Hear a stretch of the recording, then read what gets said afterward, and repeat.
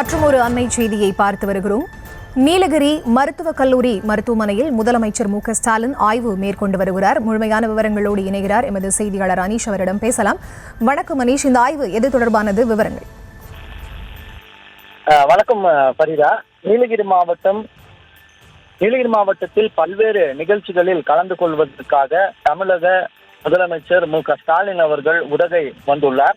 தொடர்ந்து பல்வேறு நிகழ்ச்சிகளில் கலந்து கொண்டுள்ள மு.க.ஸ்டாலின் அவர்கள் இன்று காலை மலைப்பகுதி மேம்பாட்டு திட்ட திறந்தவெளி அரங்கில் நடைபயணம் மேற்கொண்டார். இதனை அடுத்து அங்கு இருக்கக்கூடிய பயிற்சிகளை மேற்கொண்டிருந்த குழந்தைகளுடன் உரையாடி அவர்களுடன் புகைப்படம் எடுத்துக்கொண்டார். இதனைத் தொடர்ந்து தற்பொழுது முதலமைச்சர் மு.க.ஸ்டாலின் கடந்த மாதம் இவரே திறந்து வைத்த மருத்துவக் கல்லூரி மருத்துவமனையை ஆய்வு மேற்கொண்டு வருகிறார். தற்பொழுது இங்கு இருக்கக்கூடிய வசதிகள் எப்படி இருக்கிறது, ஏனென்றால் இந்த மருத்துவமனையானது திறந்து வைக்கப்பட்ட ஒரு வாரத்திற்குள்ளே பொதுமக்கள் பயன்பாட்டிற்கு வந்தது என்பது குறிப்பிடத்தக்கது. இதனைத் தொடர்ந்து தற்பொழுது உள்நோயாளிகள், புறநோயாளிகள் என அனைவரும் தற்பொழுது இந்த அரசு மருத்துவக் கல்லூரி மருத்துவமனையில் அனுமதிக்கப்பட்டு சிகிச்சை மேற்கொண்டு வருகின்றனர். இது குறித்து தற்பொழுது முதலமைச்சர் அவர்கள் தொடர்ந்து ஆய்வு மேற்கொண்டு வருகிறார்.